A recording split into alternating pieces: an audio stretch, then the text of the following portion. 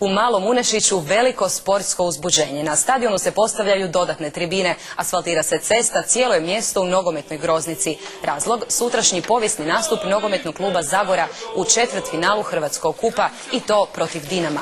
Očekuje se pravi dernek, čak i ako Zagora ne ostvari povoljan rezultat. Igrači Zagore prošli su tjedan trenirali i po najvećoj kiši. Ujutro su radili kao poštari, špediteri ili ugostitelji, a poslije podneva provodili u klubu. Svoju priliku u sutrašnjoj utakmici vide u umornom Dinamu.